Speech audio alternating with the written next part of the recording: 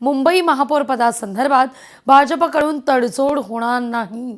सूत्रांकडून आता कळतंय दिल्लीतील नेतृत्वाचे राज्यातील नेत्यांना तसे निर्देशच आहेत, असंही सूत्रांकडून कळतंय। मुंबई महापौर पद आपल्याकडेच ठेवण्यावर भाजप ठाम आहे। कार्यकर्त्यांच्या भावनांचा सन्मान राखण्यावर भर देण्याचे निर्देश आहेत।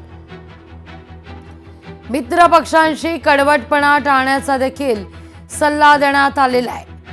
तर ठाण्याच्या महापौर पदाकरता भाजपचा 2 वर्षांचा दावा मात्र कायम आहे।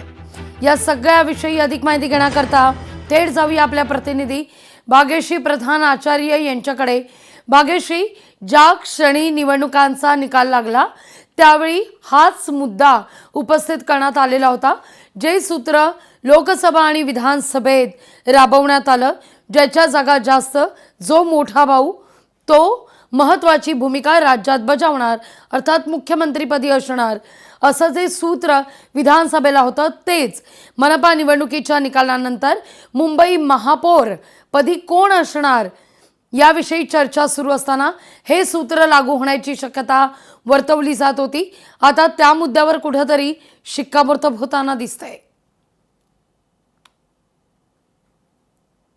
नक्कीच आपण बघतोय लाघवी की एकंदरीतच महापौरपदी कोण असा जो तिढा आहे तो कायम आहे। खरं तर हा तिढा सहज सुटणं शक्य होतं, कारण सरळ सरळ दिसते आपल्याला की भाजपने 89चा आकडा पार केला आहे। 89 पर्यंत ते पोहोचलेत आणि प्लस शिंदेंचा 29, म्हणजे महायुतीचा महापौर बसण्यासाठी जो जादुई आकडा पाहिजे तो सहज पूर्ण होताना पाहायला मिळतोय। मात्र इथेच एक ट्विस्ट आहे, कोणालाही एका हाताई सत्ता बसवता येणार नाही आहे। त्यामुळे प्रत्येक पक्षाला कोणाची ना कोणाची तरी मदत घ्यावी लागणार आहे।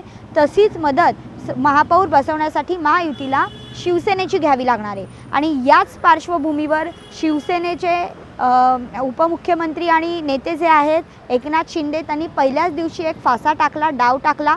आणि हा डाव काय होता तर सर्व नगरसेवकांना त्यांनी ताजलँड हॉटेलमध्ये नेऊन ठेवलं। आता या गोष्टीला 3 दिवस उलटून गेलेले आहेत। हे सगळे नगरसेवक ताजलँड हॉटेलला राहत आहेत।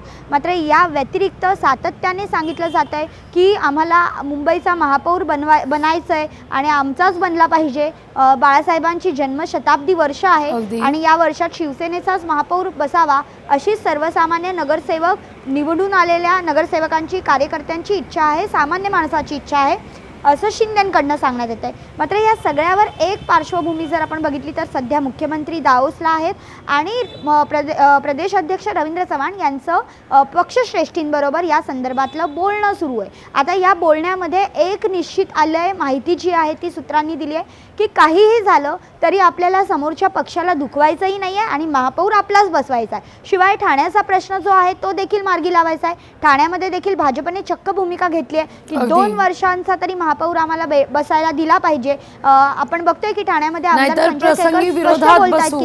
अशी सुद्धा भूमिका आहे। ठाण्यात कसा सुटणार हे बघणं महत्त्वाचं आहे लाघवी। अगदी भाग्यश्री, तुर्तास धन्यवाद तुम्ही दिलेला एकूणच या सविस्तर माहिती करता। लोकशाही मराठी ऐका, पहा, जागरूक रहा।